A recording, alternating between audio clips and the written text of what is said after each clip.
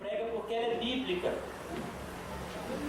Uma das coisas que mais incomoda os falsos obreiros ou os falsos mestres é uma pregação expositiva.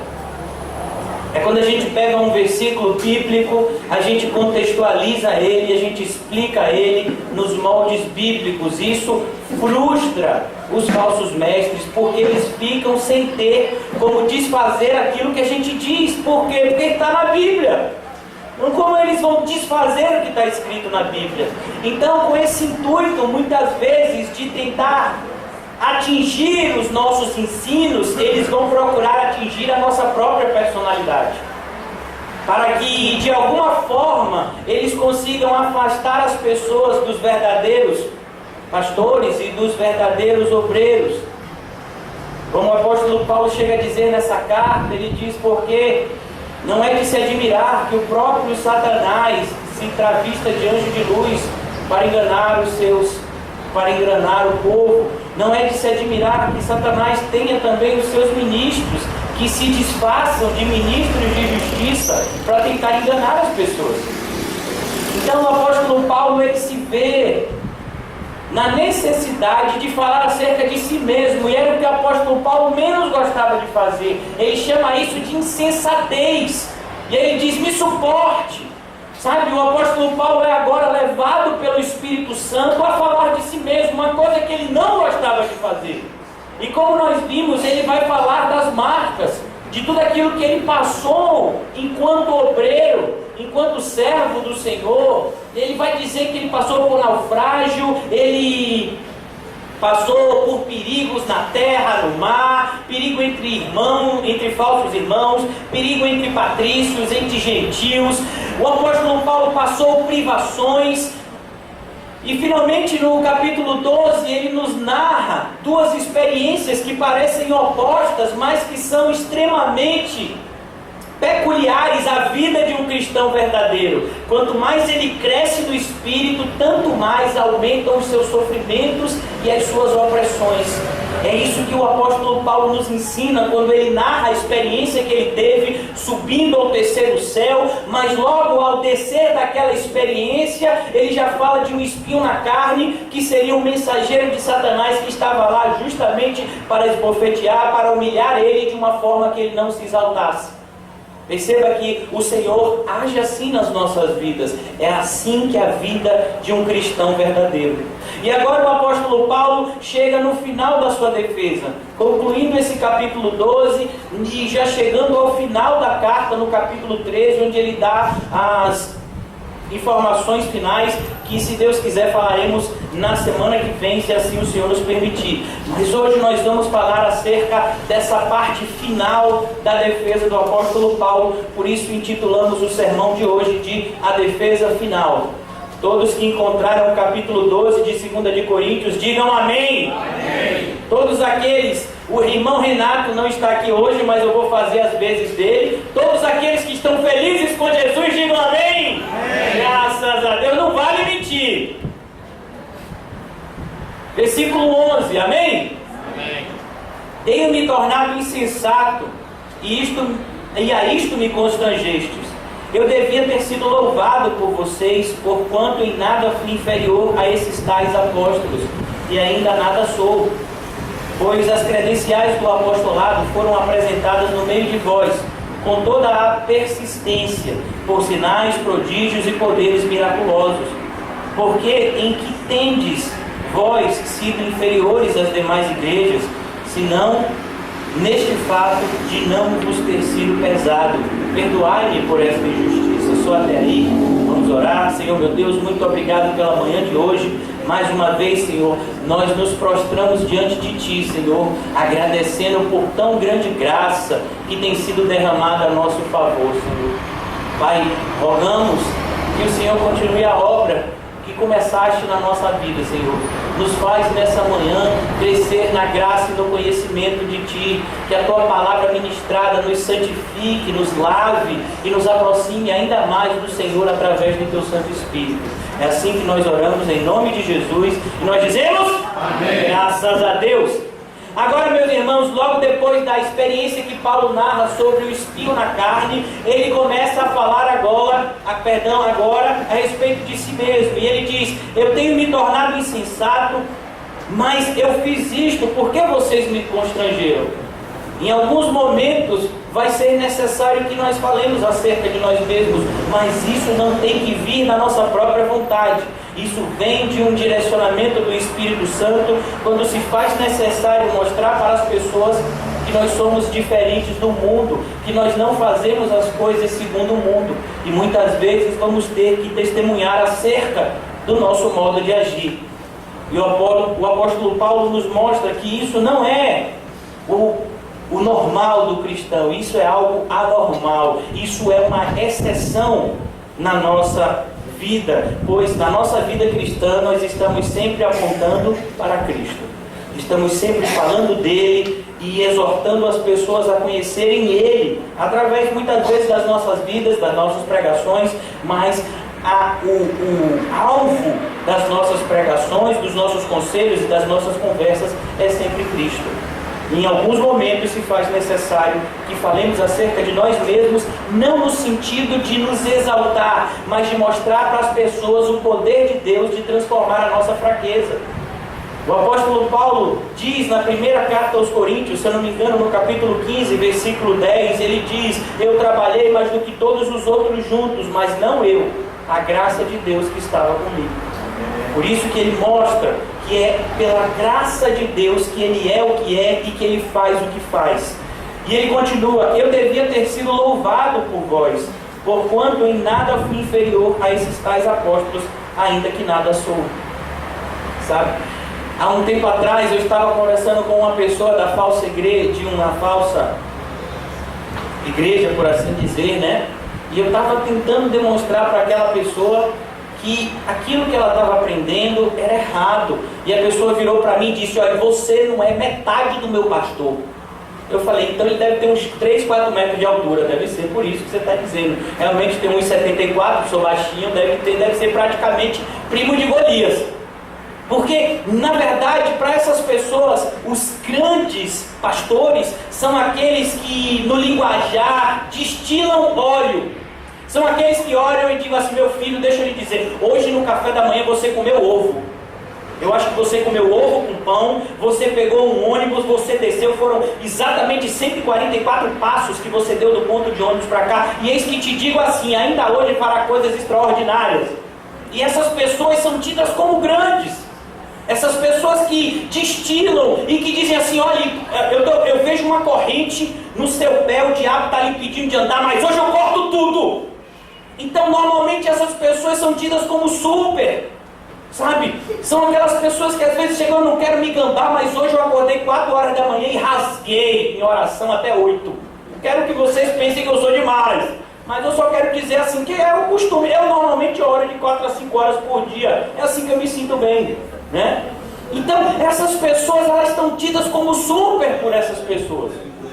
As igrejas valorizam esse tipo de gente. Eu falo isso porque eu tenho convivência, eu convivi com pessoas assim, que elas eram tidas como super por essas coisas, e era o que estava acontecendo aqui. Uma das características do falso obreiro é que ele é um ótimo marqueteiro. Você já viu isso? As falsas igrejas, elas são muito boas no marketing. Elas são como um político. Meu filho, você já viu campanha eleitoral? Rapaz, quando você olha para aqueles políticos, só falta botar uma auréola, né? Porque os camaradas são bons desde antes de nascer. Você vai àquela campanha, o ano passado teve eleição, né? Para isso, aí diz assim: uma fulano, desde pequeno, ele era um menino bom na escola. Aí pega aqueles amigos dele da adolescência e diz: olha, uma vez eu quebrei a perna, e ele pegou e fez uma pala assim para mim. E sabe, aquelas pessoas, você olha para aquelas pessoas e diz: rapaz, esse camarada é gente boa, vou votar nele. E depois você conversa com aquela pessoa, meu filho, aquela pessoa não pisa nem no chão, sabe? Mas a propaganda, a imagem que é construída em torno dela. Por exemplo, meu filho, olha que coisa boa é Coca-Cola, não é? Coisa boa para matar você, meu filho. Foi feita pesquisa, a Coca-Cola dá câncer, Coca-Cola destrói o estômago das pessoas. Sabe, se você fizer uma experiência, pegar um pedaço de carne e derramar uma Coca-Cola, meu filho, você vai ver a destruição que faz aquilo dali. Mas quando você vê aquela propaganda, o calor, todo mundo feliz e uma Coca-Cola gelada, você fala, rapaz, deu vontade agora. É isso que os falsos mestres fazem. Eles fazem uma propaganda em torno de si que você diz assim, rapaz, esse é o cara. Mas, ao contrário dos falsos mestres, aqueles que de fato obedecem à vontade de Deus, eles têm uma característica. Qual é? Eles não falam acerca de si mesmo. Porque eu não quero que vocês pensem de mim mais do que em mim ver. É o que o apóstolo Paulo diz. Eu não quero que vocês pensem demais de mim, sabe por quê? Porque eu só sou um homem, igual a vocês. E eu sou falho. E se tem alguma diferença em mim, não é por causa de mim, mas é por causa da graça de Deus. Um verdadeiro mestre, ele nunca aponta para si mesmo, mas o esforço dele é simplesmente mostrar o caminho para as pessoas que estão sendo ministradas pela sua vida. Por isso que o apóstolo Paulo diz, eu não quero que vocês se preocupem comigo mais do que em mim ver ou do que de mim vocês ouvem. É totalmente diferente do que os falsos apóstolos faziam. Eles precisavam enganar as pessoas. Então como é que eles faziam isso? Através da arte da propaganda. Você acha que o marketing surgiu agora, no século XX? Não, meu filho, o marketing é uma coisa que já existia há muito tempo. A arte do engano é algo que vem há muito tempo. É isso que as pessoas fazem no marketing. Eles pegam um produto que de repente não é coisa nenhuma ou até que faz mal à sua saúde e eles transformam em algo que você não pode viver sem ele. Isso os falsos apóstolos faziam muito bem. Por isso que o apóstolo Paulo agora chega e diz, eu não sou inferior a eles, eu sou diferente deles. Porque eu busco seguir a Cristo, eu não busco agregar multidões, agradar multidões para que elas possam estar satisfeitas e então me seguirem. Versículo 12, e ele agora vai dizer, sabe quais são as credenciais do meu apostolado? Elas foram apresentadas no meio de vocês. Vocês viram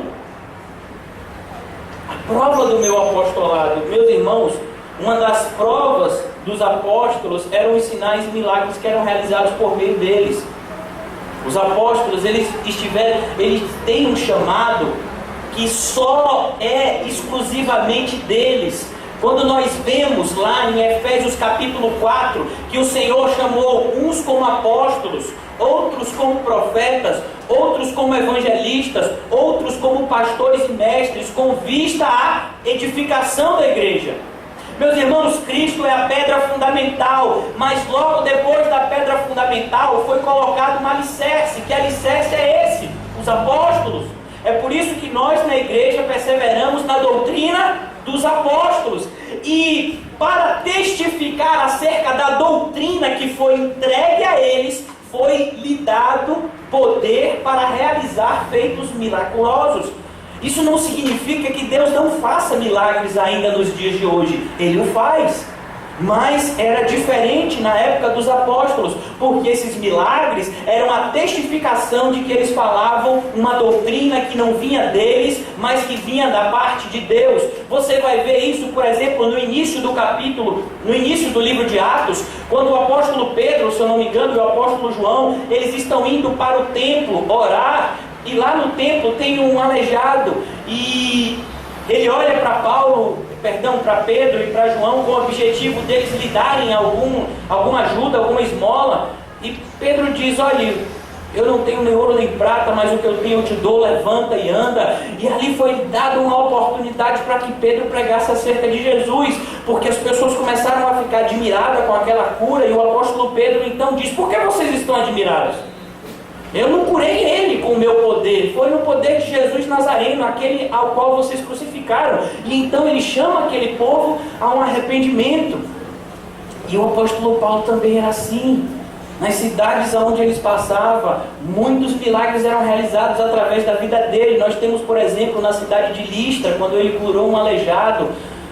No período que ele esteve em Éfeso, está escrito no livro de Atos, através da vida dele, Deus fez milagres extraordinários. Essa é a única vez que aparece na Bíblia essa expressão em grego, milagres extraordinários. Que tipo de milagre é esse? Eu sei lá, rapaz. Eu sei que eram milagres e eram extraordinários. É um patamar diferente de milagres, como está escrito lá no livro de Atos. Então o apóstolo Paulo disse: eu confirmei a vocês que de fato eu falo a verdade a vocês. Eu não fui em nada inferior a esses homens. E ainda mais, eu perseverei com vocês. O apóstolo Paulo ficou 18 meses na cidade de Coríntios. Depois da cidade de Éfeso, que ele passou 3 anos, a cidade de Coríntios foi onde ele passou mais tempo. E a cidade de Coríntios também é aquele que aparentemente recebeu o maior número de cartas.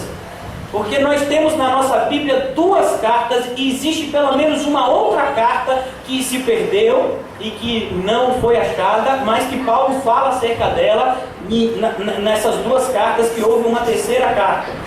O apóstolo Paulo tinha um laço muito forte com essa igreja e ele perseverava com os irmãos porque ele queria que o trabalho que ele realizou nessa igreja persistisse e durasse, se perpetuasse. No versículo 13 nós lemos: porque em que tem de vós sido inferiores às demais igrejas, senão neste fato de não vos ter sido pesado? E o apóstolo Paulo agora está dizendo: vocês não são inferiores às demais igrejas. A única exceção, porque as pessoas diziam isso, uma das formas que as pessoas usavam para descredenciar o apóstolo Paulo, por assim dizer, é que eles diziam que o apóstolo Paulo não fazia parte dos 12. Você vai ver no livro de Atos, principalmente, esse número era muito importante para a igreja no primeiro momento, os 12. Por quê? Porque Jesus Cristo tinha separado 12 apóstolos. Desses 12, um não prestava para nada, né? Foi reprovado, só prestou para trair Jesus, que foi Judas. Mas logo depois, do início, eles tiram na sorte e um outro é escolhido. Como é o nome dele?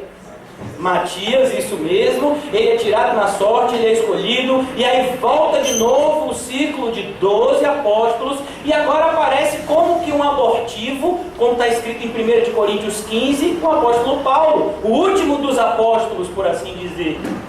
E as pessoas diziam: não, mas ele não teve com Jesus. E era uma das formas de descredenciar o apóstolo Paulo. E aí eles diziam assim: não, a igreja boa é de Antioquia. Você vê lá, Pedro está lá direto. Pedro sim, eu sei que andou com Jesus. E as pessoas usavam isso muitas vezes para descredenciar o apóstolo Paulo. E ele diz assim: não, vocês não são inferiores às demais igrejas. Muito pelo contrário. A única coisa que há de diferente em vocês é que eu não fui pesado a vocês. Por que o apóstolo Paulo não aceitou a ajuda, ou de fato não exigiu que os irmãos de Corinto o ajudassem? A gente aprende isso na primeira carta. Ele diz: eu queria falar a vocês como espirituais, mas eu não posso porque vocês são carnais. O apóstolo Paulo entendia que uma pessoa carnal, um crente ainda imaturo na fé, ele não saberia se relacionar de maneira correta com o dar e receber. E isso poderia criar uma barreira em relação ao evangelho e àquela pessoa. Por isso o apóstolo Paulo então não aceitava nenhum tipo de oferta daquela igreja, passando ele necessidade. E durante o período que ele esteve em Coríntios, ele chegou a trabalhar com as suas próprias mãos para sustentar não somente ele, mas aqueles que estavam com ele naquela missão. Então ele diz: a única exceção foi justamente essa: eu não fui pesado a vocês. Por quê? Porque vocês ainda eram crianças na fé. E a gente vai ver mais lá na frente que é assim que ele trata os coríntios, porque ele diz: não é os filhos que têm que entesourar para os pais, mas são os pais que entesouram para os filhos. Ele diz: em virtude de vocês ainda serem imaturos, em virtude de vocês ainda não terem o conhecimento e a experiência devida para agir da maneira correta, eu não vou permitir que vocês ofertem, porque isso pode trazer muitas vezes um pensamento errado, no sentido de tipo, eu estou fazendo a coisa certa, eu já fiz a minha parte, é isso que Deus espera de mim. Como a gente vê essa característica básica das falsas igrejas. As falsas igrejas, elas fecham toda a responsabilidade do crente em função de dar. Então aquele crente que dá muito dinheiro, e eu não quero falar acerca, tem alguns irmãos aqui que ofertam na casa dos milhões, eu não vou constranger eles aqui, mas em virtude desses irmãos que ofertam muito dinheiro, as pessoas vão dizer assim: não, se você oferta muito, você já está fazendo o que Deus espera de você.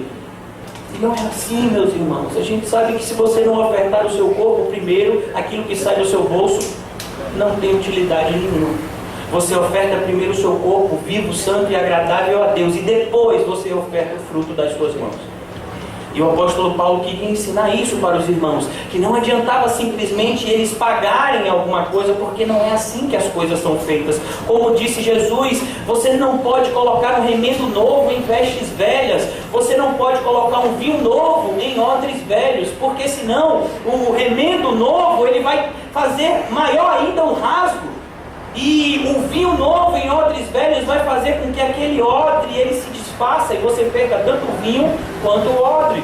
Então você precisa colocar um vinho novo em odres novos.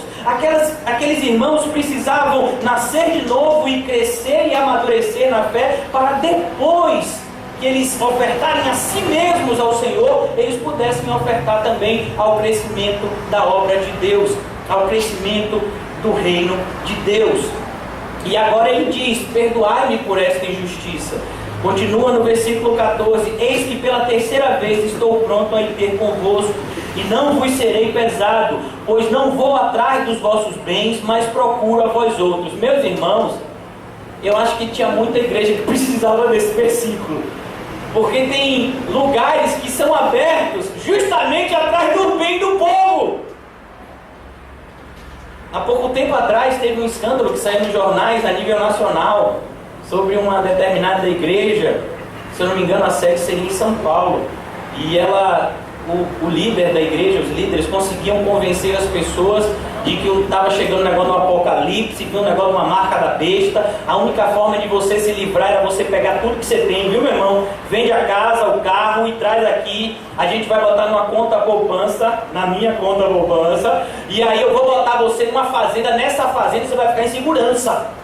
E ninguém vai chegar lá. A gente fez uma unção especial naquela fazenda, ela foi toda ungida, então lá dentro você está seguro, a marca da besta não vai lhe pegar, e você vai ter que trabalhar lá para existir, né? E o seu dinheiro fica onde fica? O seu dinheiro você ofertou, seu ganancioso, né? Então a ideia, a pessoa conseguiu convencer a milhares com essa conversa furada, porque ninguém conhecia a Bíblia. E aí ele conseguiu abarrotar uma fortuna de 100 milhões de reais em menos de 5 ou 7 anos. Sabe?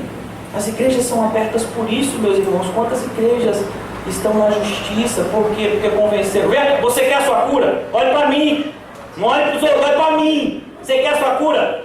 Me diga aí, o que é que você tem de valor em casa? Violão, esse tênis aí deve valer uns 50, 100, né? Então você vai pegar o que você tem de valor lá, pega a geladeira de sua mãe, fogão, vende tudo, traz a sua oferta de fé aqui, e aí você vai receber a sua cura. Senão eu não sou homem de Deus. É esse tipo de atitude que você vai ver. Eu não estou brincando, meus irmãos. Isso é sério. Acontece. São igrejas que são abertas simplesmente para tomar o bem, tomar aquilo que é material das pessoas que estão lá. E o apóstolo Paulo diz: eu não estou aqui por causa disso. Esse não foi o meu chamado. Sabe, muitas vezes chega a soar para determinadas pessoas que vêm aqui uma ou duas vezes que a gente é orgulhoso. Por quê? Porque a gente não fala muito de dinheiro. A gente está falando aqui no contexto porque exatamente estamos falando desse texto. E as pessoas dizem: não, mas pessoal, não tem nem momento de dízimo e oferta, não aparece ninguém para tentar me convencer a tirar, então não vou dar nada não. Esse pessoal deve estar muito bem. Eu já ouvi falar que aquele pastor, olha, ele está ali, deve ter dinheiro, olha. Uma vez teve uma pessoa que me conhecia do passado e foi a um estudo bíblico. Eu disse: minha cara, tem uma dúvida. E eu pensei assim: você está com dúvida em relação ao que na Bíblia, o que você quer aprender? A pessoa disse: como é que você se mantém? Eu acho que você vive de renda, né? Eu digo: eu vivo de renda, tem um depósito no céu, e aí de vez em quando o Senhor manda a graça e a gente vai sobrevivendo pela graça.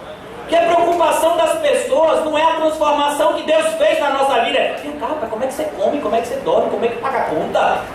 É assim que as pessoas vêm muitas vezes, olham para a nossa vida. E o apóstolo Paulo diz: não se preocupe com isso não. Aquele que me chamou, ele é fiel para me manter. Eu sei em quem eu tenho crido, e Ele é poderoso para guardar o meu depósito até aquele dia. O apóstolo Paulo confiava naquele que o chamou. Nós precisamos confiar também. Por isso ele diz: eu não estou procurando o bem de vocês, eu procuro a vocês. Sabe, meus irmãos, não existe nada que transforme, que dê mais felicidade a um crente do que ver outro crente. Sabe, meu filho, quando eu estou falando crente, eu estou falando crente com C maiúsculo. Não é esse tipo de crente que a gente tem visto hoje em dia, que é com C minúsculo, não é nem minúsculo, é menos de minúsculo. São crentes que a gente não sabe se chama de crente ou se chama de, outra coisa, E aí a gente olha para isso, mas quando você vê um camarada crente que está lá querendo Jesus e que é isso, e que só fala de Jesus, você chega a se arrepia todo. Quando eu vejo pessoas que de fato querem a Cristo, a gente fica numa felicidade tão grande, parece que a gente ganha. O que você está alegre assim? Rapaz, encontrei um camarada que quer Jesus.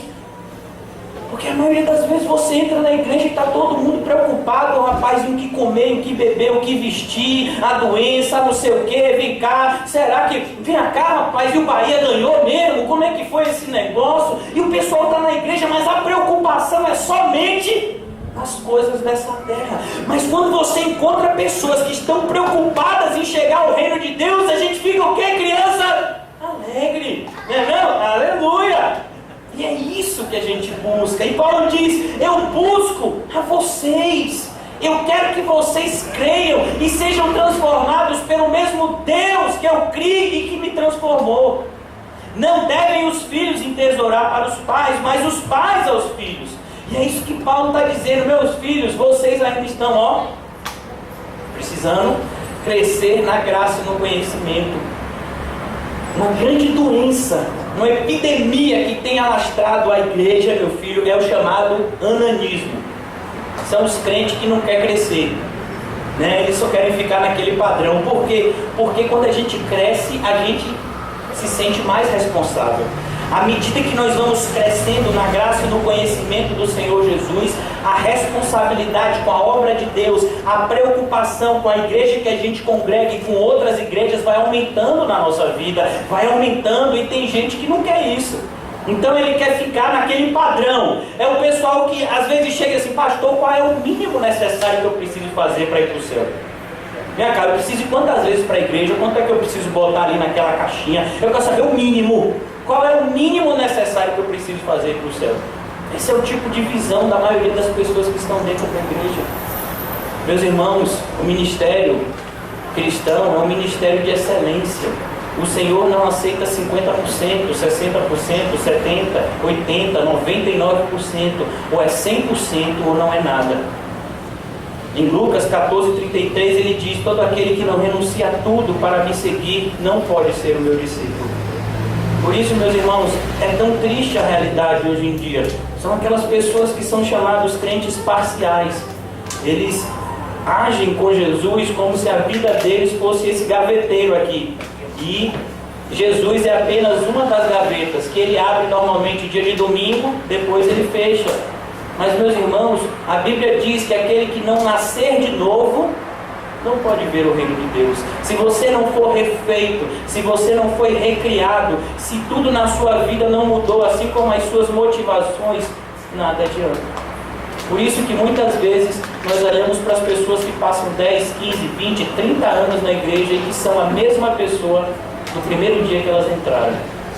E a gente sabe que essas pessoas não nasceram de novo. Porque uma das características de todo aquele que nasce é que ele cresce. Por exemplo, a nossa bebezinha Estelinha, ela chegou aqui desse tamanho, uma bebezinha, mas olha o tamanho de Estelinha já. Sabe, Duda, E quando uma vez eu me lembro que eu botei Duda no meu braço e ela era do tamanho do meu braço, assim. Olha o tamanho de Duda, já está batendo quase em mim. Uma das características de todo ser humano, tanto o ser humano carnal quanto o ser humano espiritual, é que ele cresce. E o apóstolo Paulo está querendo demonstrar isso. Olha, vocês ainda são crianças, mas é necessário que vocês cresçam na graça e no conhecimento do Senhor Jesus, como está escrito em Pedro, 2 Pedro capítulo 3. E Paulo diz agora, eu de boa vontade me gastarei e ainda me deixarei gastar em prol da alma de vocês. Olha a característica do verdadeiro obreiro, ele se deixa gastar, meu irmão. Sabe, ele não estava preocupado em fazer as coisas por medida. O prazer do apóstolo Paulo era se deixar gastar. Deixa eu lhe dizer uma coisa. Às vezes a pessoa fica assim, rapaz, eu fico tão preocupado com o pastor Nizam, que ele prega assim 1 hora. E o meu filho, se dependesse de mim, o culto durava 3, 4. É porque, graças a Deus, Deus me deu uma esposa sábia. Se eu passar de 50 minutos aqui, ela começa a dar uma piscadinha de olho assim, porque chegou na hora, né? Antigamente ela ia ali pro fundo do culto e fazia assim, ó. Mas aí, graças a Deus, eu melhorei, né? Pela graça. E aí eu diminuí, porque as pregações duravam 1h30, 1h40. A bichinha disse, ó, amor, desse jeito você vai fadigar o povo, rapaz. Mas se dependesse da gente, às vezes o culto poderia durar 2, 3 horas. Por quê?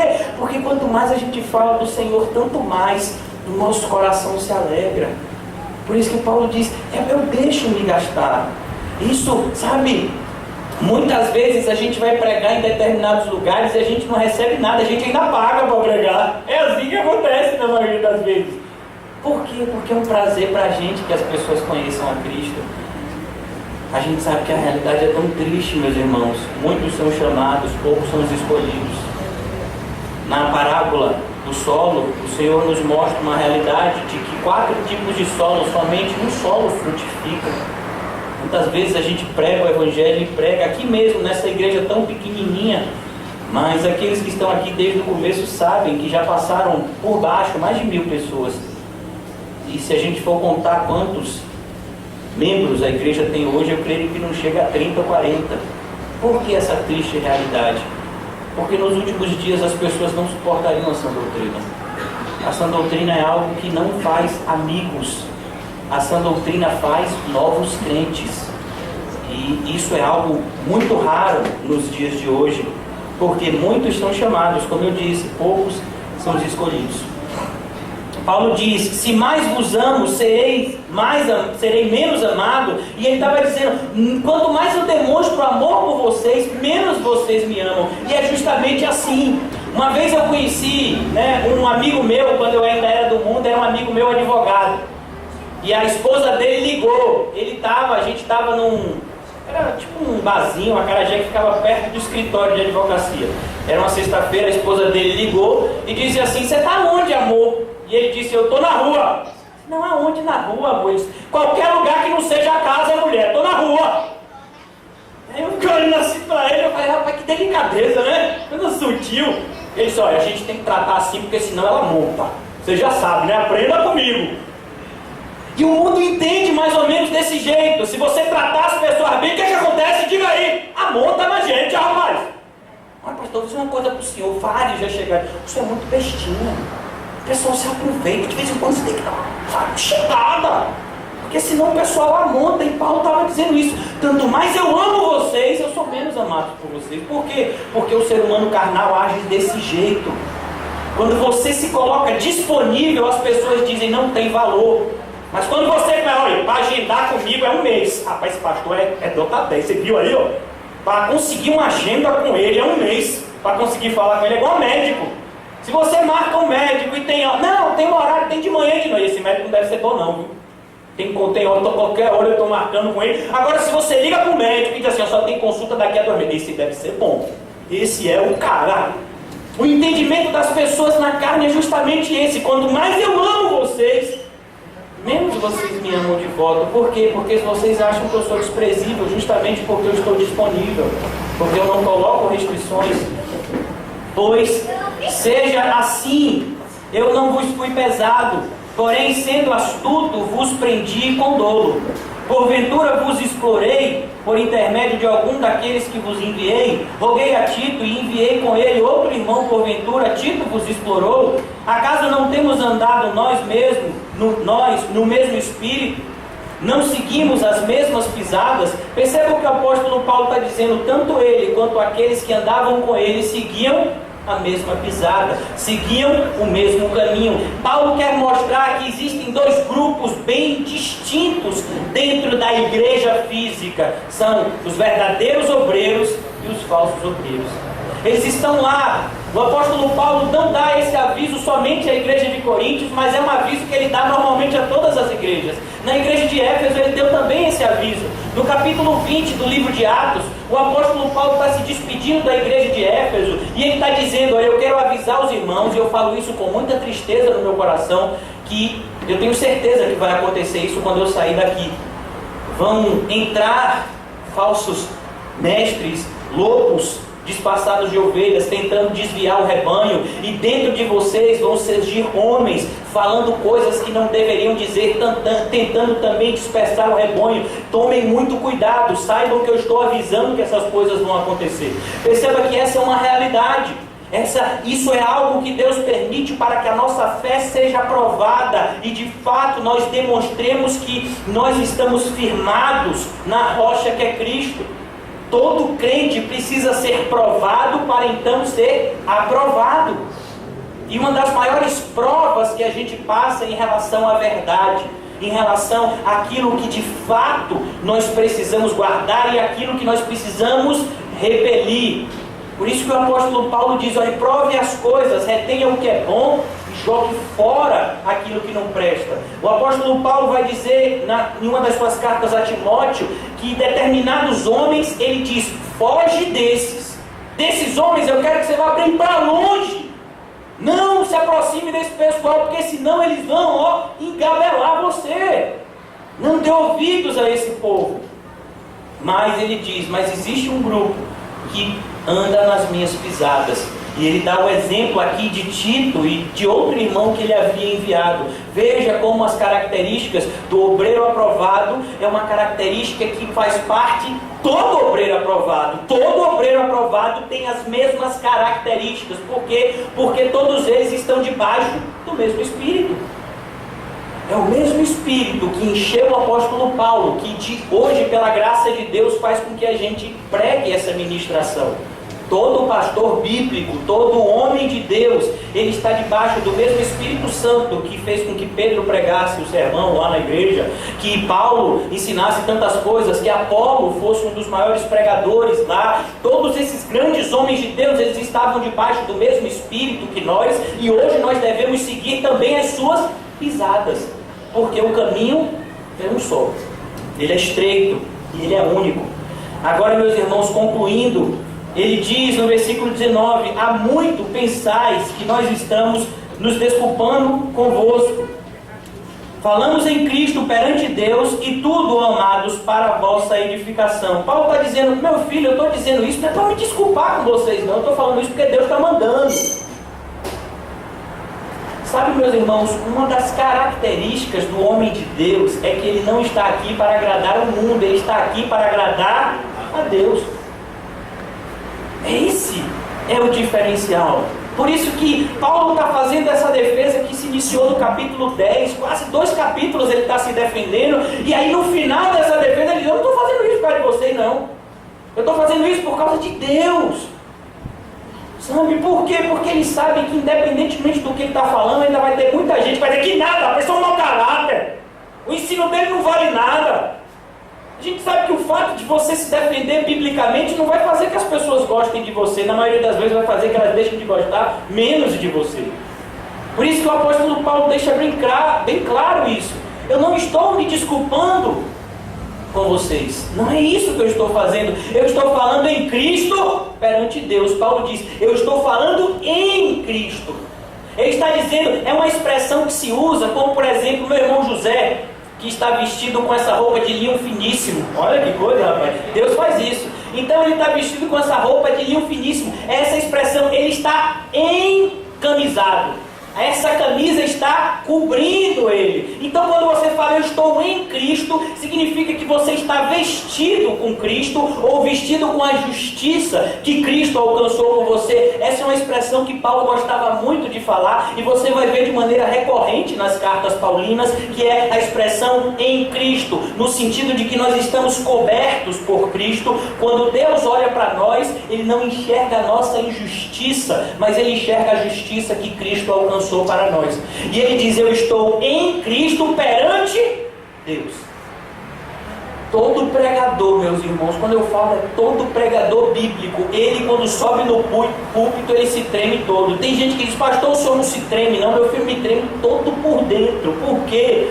porque é uma responsabilidade muito grande. Certo dia o irmão Ricardo falou isso, e ele está certíssimo. Há uma responsabilidade muito grande sobre aqueles que pregam a palavra de Deus, que ministram a palavra de Deus na vida de outros. Por quê? Porque a gente pode tanto aproximar essas pessoas de Deus, como afastá-las mais ainda, quando ensinamos alguma coisa errada. Por isso que Paulo entendia tudo o que ele fazia diante de Deus. Quando um pregador está pregando, ele não está tão preocupado com a multidão. Ele quer que aquelas pessoas creiam em Cristo, mas ele está muito mais preocupado com o que Deus está achando das palavras que ele está ministrando. Era sempre assim na vida do apóstolo Paulo. Tudo o que ele fazia e tudo o que ele falava, ele estava diante de Deus, de um Deus onisciente e onipresente, que sabe todas as coisas e que está em todos os lugares. Amém? Amém. E ele diz: olhe, eu fiz isso tudo para a edificação de vocês. Temo, pois, que indo ter convosco, não vos encontre na forma como eu quero, e que também vos me acheis diferente do que esperáveis, e que haja entre vós contendas, invejas, iras, porfias, detrações, intrigas, orgulho e tumulto. Paulo está dizendo: olha, eu queria que vocês, quando eu chegasse aí, estivessem cheios do Espírito, mas eu estou temendo que vocês estejam cheios da carne.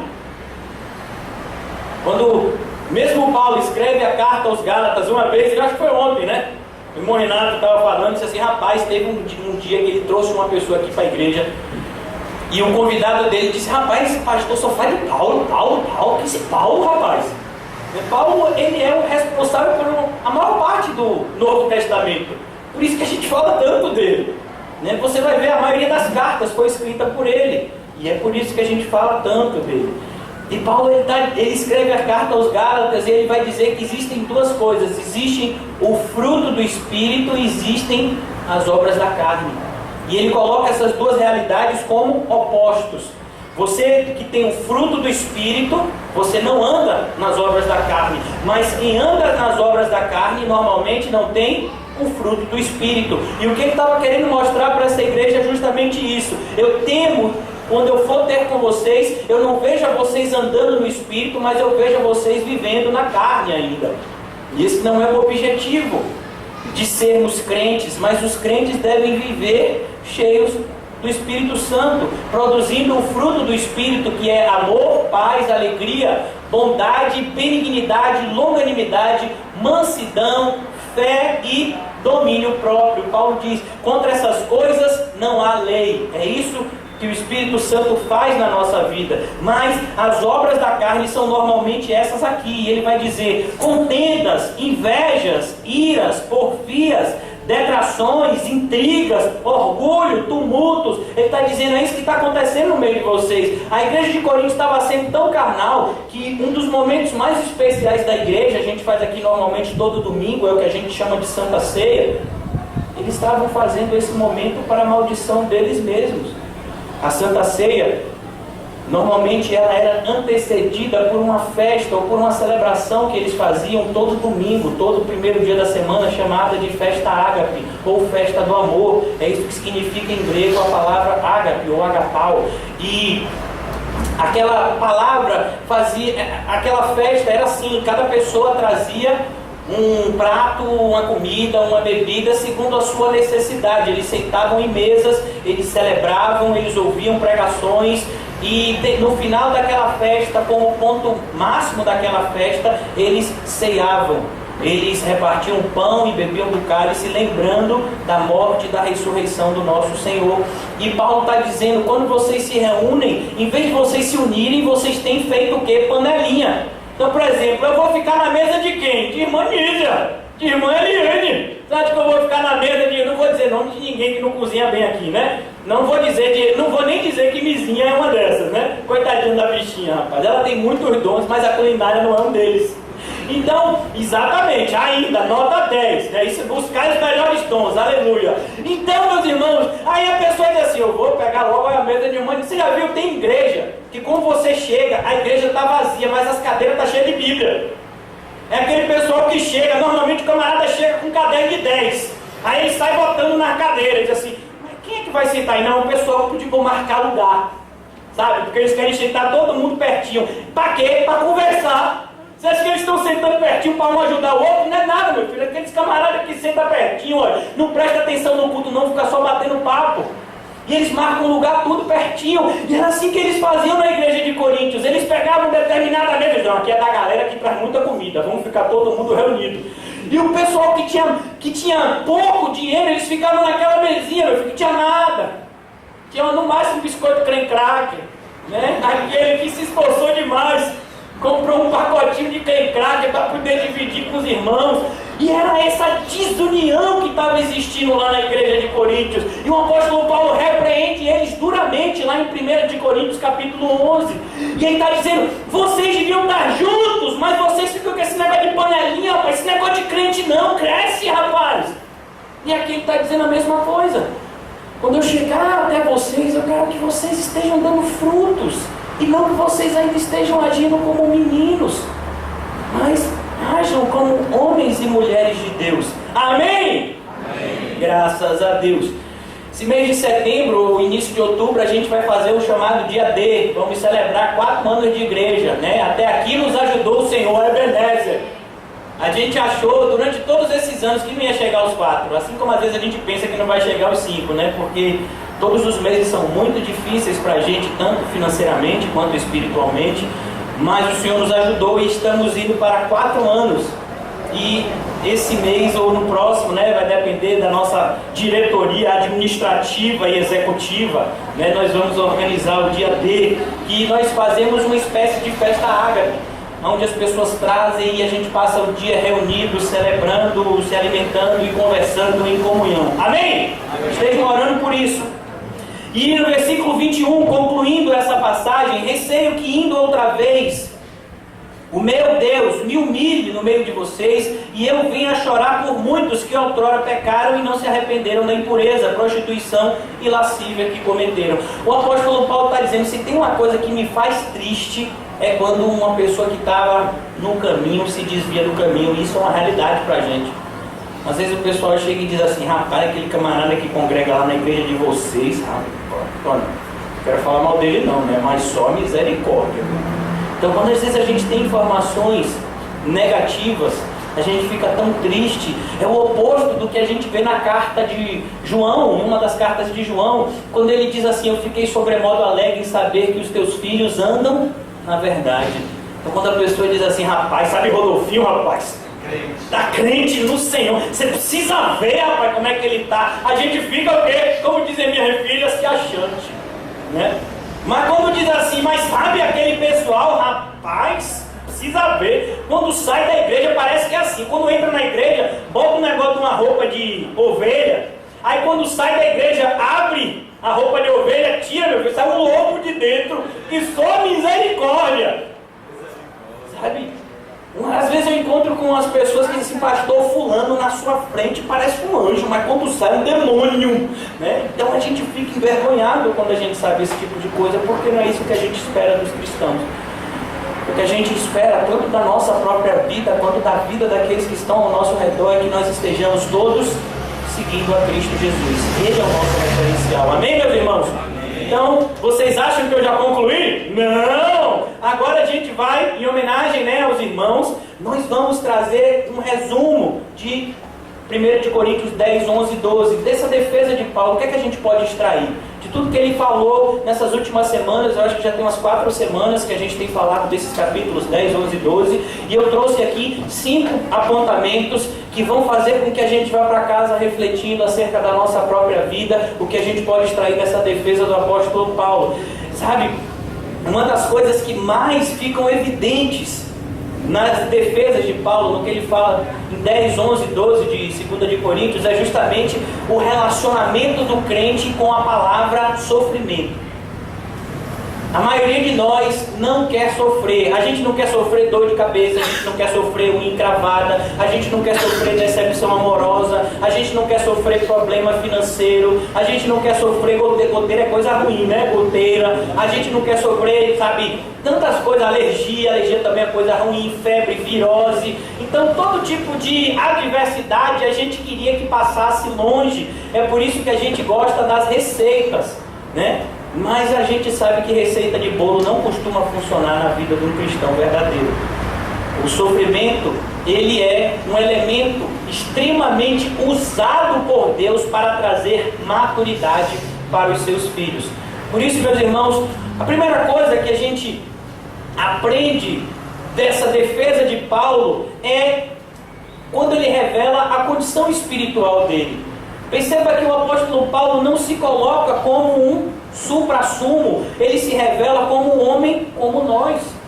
Muitas vezes a gente olha para determinadas pessoas que se dizem crentes e diz assim, rapaz, aquele camarada, se você der um tiro, a bala bate de volta, é super-homem. Porque as pessoas, elas falam de rapaz, eu terminei minha cura, eu não aceito esse negócio de pobreza, não aceito, determinei que esse é o ano da vitória na minha vida. E aí os camaradas, por que você acha que vai ser? Rapaz, subi no monte 7 vezes, e deixa eu lhe dizer, de joelho, viu? Subi no monte de joelho. Lá em minha casa, meu filho, olha, eu me lembro quando eu era menor, eu acordava no susto, porque minha mãe tinha um negocinho assim, de água ungida, que ela ungia na gente, eu e minha irmã, antes da gente ir para a escola. A gente acordava do susto, as águas derramando. Não, meu filho, é para o seu dia ser abençoado. E ela veio com aquela aguinha assim. E aí às vezes eu estava lá, né, eu nunca fui um aluno excelente como foi minha irmã, e aí no final do ano eu sempre precisava de orações. E aí a minha bichinha, aí às vezes eu chegava da prova e minha mãe me perguntava, como é que foi sua prova, meu filho? Eu digo, mãe, eu acho que foi boa. Foi sim, porque eu passei a mãe toda rezando, meu filho. Né? Então, sempre aquele entendimento de quando a gente faz a nossa parte, dá tudo certo. Meu filho, na Bíblia não mostra isso não, meu filho. Quando a gente faz a nossa parte, o negócio empina mais ainda para o nosso lado, o negócio fica difícil. Por quê? Porque quanto mais a gente cresce, mais Deus quer que a gente cresça. E a única forma da gente crescer é através das adversidades. Por isso que a nossa condição espiritual é revelada. Nós estamos sempre precisando de Deus. A realidade do cristão em qualquer etapa da sua vida cristã é pobre em espírito. Bem-aventurados são os pobres em espírito, porque deles é o reino de Deus. No reino de Deus, meu filho, não chega quem é classe média no espírito, não chega quem é rico no espírito, não chega não, meu filho. Porque hoje em dia tem negócio de classe A, B, C e D, não tem? Olha, meu filho, só chega lá no céu classe D. Porque classe C, B e A não está sendo reprovado, viu? É classe D, pobre. A palavra pobre, que é usada lá em Mateus capítulo 5, é a palavra miserável. Eu acho que o tradutor ficou com pena a gente usar essa palavra, mas a pobreza ali fala de um estado de miserabilidade, aonde você precisa de outro para suprir todas as suas necessidades. E o Senhor Jesus diz, bem-aventurado. A expressão bem-aventurado no grego significa felizes. Felizes são os pobres em espírito, os miseráveis em espírito. É como o apóstolo Paulo fala, tudo eu preciso de Deus, porque em mim não tem bem nenhum. Tudo que eu faço de bom vem de Deus através do Espírito Santo que habita em mim. Essa é a realidade espiritual do crente. Tanto mais a gente recebe do Senhor, tanto mais a gente precisa dele para continuar a nossa caminhada. Em segundo lugar, meus irmãos, nós aprendemos que o sofrimento aparece na nossa vida para nos humilhar, quebrar o nosso orgulho e o nosso sentimento de autossuficiência. Em Deuteronômio capítulo 8, versículo 2, o Senhor vai dizer, eu coloquei vocês no deserto, eu fiz vocês passarem fome e necessidade para saber aonde estava o coração de vocês. Os sofrimentos, eles vêm com esse objetivo, para mostrar que a gente não pode confiar nas nossas mãos. A gente só pode confiar nas mãos do nosso Salvador. A gente tem que lutar. Hoje em dia a gente vê muito falando negócio de autoestima. Meu filho, quando você vê um psicólogo, um psiquiatra, pessoas do mundo falando em autoestima, a gente não diz nada, eles são do mundo, não entende nada do reino de Deus. Mas o problema é que você vai nos cultos hoje em dia e é todo mundo preocupado com autoestima. Você é um queridinho de mamãe. Sabe, todo mundo querendo encher a bola dos crentes para poder os crentes criar autoestima. Meu filho, sua estima já é alta demais. Você não precisa de ninguém que te aumente, não. Você precisa da palavra de Deus que te diminui. E normalmente o sofrimento mostra o quão pequeno nós somos em relação à luta espiritual que nós estamos inseridos. Deixa eu lhe dizer uma coisa. Você acha que a gente tem condição de lutar contra um demônio? Você acha que a gente tem condição? Você acha que a gente tem condição? Eu não vou nem dizer demônio, porque já é uma luta desleal. Mas você acha que você tem condição de dominar o seu próprio coração enganoso e perverso? A gente não tem.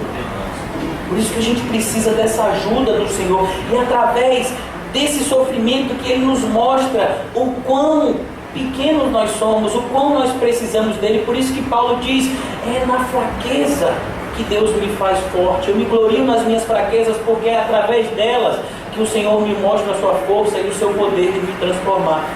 Em terceiro lugar, meus irmãos, o sofrimento, as adversidades nos aproximam mais de Deus. Rapaz, eu vou dizer uma coisa para vocês, experiência própria.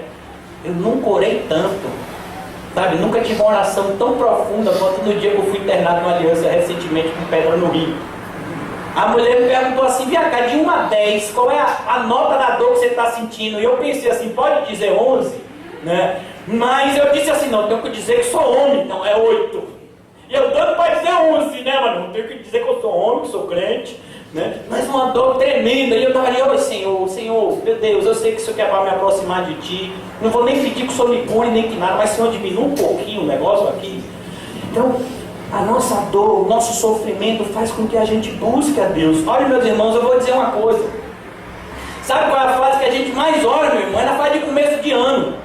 Quando vem negócio de matrícula de filho, comprar livro, não sei o que, rapaz, haja joelho, viu? Senhor, envia provisão, meu Pai, né? Então, é justamente nas nossas necessidades que a gente normalmente mais ora, é nas adversidades que a gente mais ora. Olha, meu filho, eu não tenho dúvida que depois que o Brasil entrou nessa recessão aí, o que tem de gente orando, porque é isso, a adversidade, ela nos aproxima mais de Deus em oração, e isso é algo extremamente positivo. Em quarto lugar, a adversidade é uma oportunidade de ouro da gente receber a graça de Deus. É através da nossa fraqueza que a graça de Deus ela é destilada na nossa vida de uma forma mais perceptível. Eu não vou dizer maior ou menor, porque a graça de Deus não tem tamanho, não é maior e menor, é uma coisa única, né? Mas nós percebemos mais a graça de Deus sobre a nossa vida nos momentos de maior adversidade.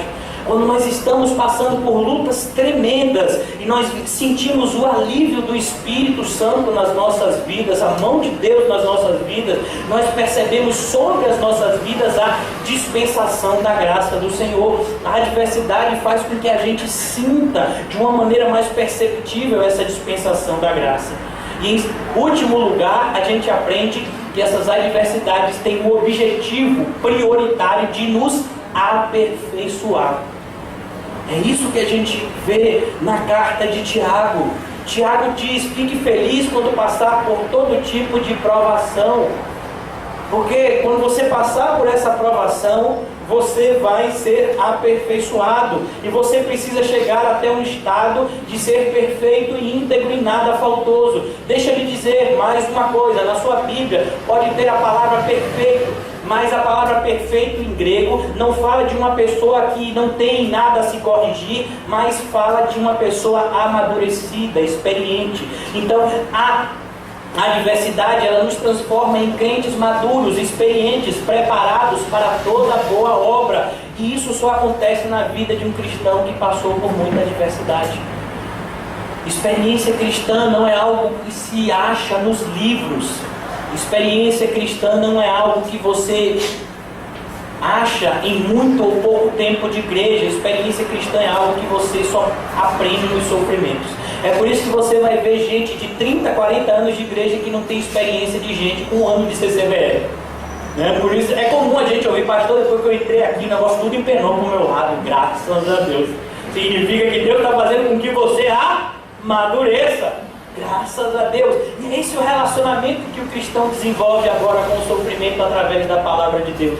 O apóstolo Paulo nos ensinou nessa carta, no capítulo 7, versículo 10, que o sofrimento segundo Deus opera o arrependimento para a salvação.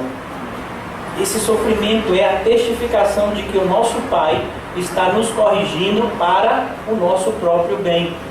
Então, eu tenho as minhas pedras preciosas, que são meus pequenininhos, e de vez em quando a gente precisa corrigir eles, não para que eles sofram, mas para que eles não se tornem pessoas mal educadas. Eu não vou dizer pessoas más ou boas, porque a gente sabe que todo mundo nasce mal. Mas pessoas educadas, pessoas sociáveis, muitas vezes precisam ser repreendidas para que elas aprendam os bons costumes. E é isso que a gente tem que procurar fazer, é isso que Deus faz para a nossa própria salvação. Deixa eu lhe dizer uma coisa, meus irmãos. Deus não tem medo de cara feia. Sabe? Tem gente que às vezes faz cara feia para Deus, ameaça que vai abandonar a igreja, ameaça que vai abandonar a fé. Deus não está preocupado com isso. Deus está muito preocupado, está muito mais ocupado, uma vez que Deus não se preocupa, mas Deus está ocupado com a nossa salvação, com o nosso aperfeiçoamento. Deixa eu lhe dizer uma coisa, Deus, Ele sabe o nosso ponto, o ponto até onde a gente suporta muito mais que a gente. Na maioria das vezes, meus irmãos, nós nos subvalorizamos. Deixa eu lhe dizer, não estou querendo aqui partir para um ponto de autoestima, que esse não é o nosso objetivo, mas muitas vezes nós não entendemos a capacidade que a gente tem de suportar determinadas coisas. As pessoas chegam na igreja e dizem assim, eu sempre digo, meu filho, não fale isso não, que é aquela ideia, olha, se eu passar por isso, eu não vou aguentar. Você vai passar por isso. Normalmente o cristão, ele fala igual a Jó, aquilo que eu mais temia me sobreveio, para provar uma coisa para você, que com Deus você suporta todas as coisas. É isso que Paulo quer dizer quando ele fala em Filipenses, eu posso todas as coisas naquele que me fortalece. Eu posso todas as coisas naquele que me fortalece. Eu posso passar pelas mais diversas provações, porque Cristo Jesus é aquele que me dá força, a tal ponto de que se alguém me matar, Deus me ressuscita.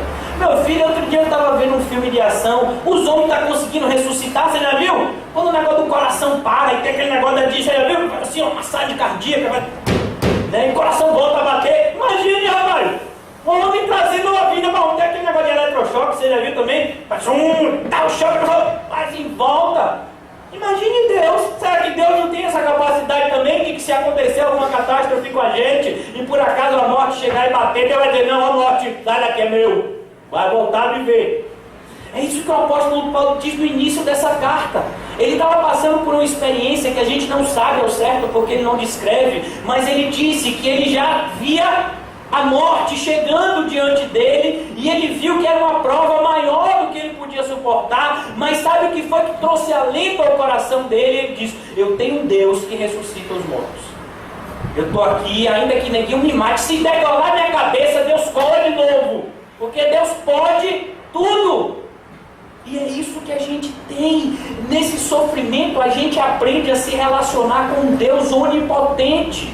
Deus pode todas as coisas. Ele pode mudar a minha, a sua vida hoje. Sabe, os sofrimentos e limitações que a gente passa não são para nos fazer, sabe, sofrer por sofrer, mas as adversidades da nossa vida foram colocadas estrategicamente para nos fazer crescer. Por isso, meus irmãos, que muitas vezes, se Deus perceber que houve um amadurecimento da sua parte, Ele pode solucionar aquele problema em um clique. Eu estou nessa esperança, né? Estou nessa esperança. Estou fazendo minha parte, né? De manhã, de tarde, de noite, tomando negócio num chazinho aí, mas estou nessa esperança, né? Glorificando a Deus pela adversidade, mas dizendo, ó Senhor, se o Senhor achar que já está na hora, quiser levar as pedras, pode ficar à vontade. Não vou reclamar.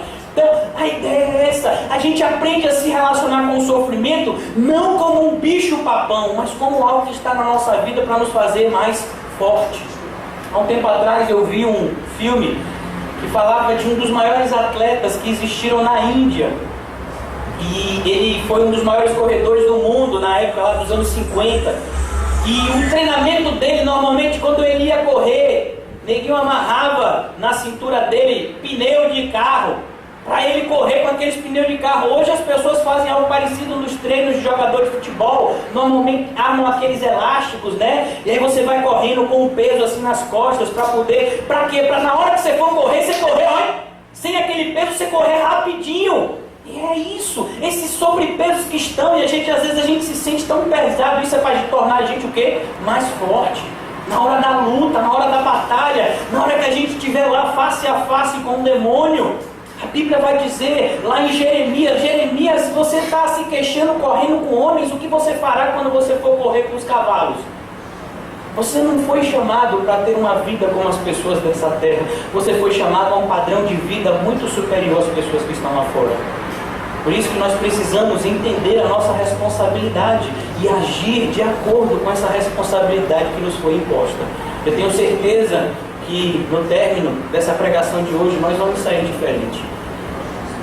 Não vamos mais nos queixar e murmurar como fez aquele povo no deserto, mas vamos nos relacionar com Deus em sinceridade, entendendo que tudo aquilo que a gente passa é essencial para o nosso amadurecimento, pedindo a Deus que nos socorra. Afinal de contas, nós só temos a Ele, mas agradecendo ao Senhor por cada pedra no nosso caminho, por cada adversidade no nosso caminho. Vou contar uma história para vocês, né? Determinado homem, ele tinha um burro, e o burro saiu de manhã cedo para andar e caiu num buraco. Aquele homem, ele falou assim: rapaz, não vai dar para tirar esse burro daí, e vai ser um mau trabalho, eu já dou esse burro como perdido, vou fazer o seguinte, vou enterrar ele. E aí ele chamou os vizinhos para ajudar, e o burro lá no buraco. Quando o burro menos percebe, o camarada jogando areia nele. Ele disse: rapaz, que dono é esse? Vai tentar nem me salvar, não jogou o negócio de uma cordinha, nada. Vai tentar me matar mesmo. Mas você sabe o que é que aquele burro fez, meu filho? Cada vez que eles jogavam a terra para enterrar o burro se limpava, jogava areia. E meu filho, aquela terra foi enchendo, até que o burro saiu do buraco. E olhou assim pro pessoal e disse assim: vocês, viu? Então a ideia é essa. Não se queixe das adversidades, mas quando você de fato entender quem você é em Cristo Jesus, você vai agradecer por aquelas adversidades, porque elas tornaram você em uma pessoa muito melhor, muito mais parecida com Cristo, muito mais preparada para habitar no reino de Deus. Amém? Vamos orar. Senhor, obrigado.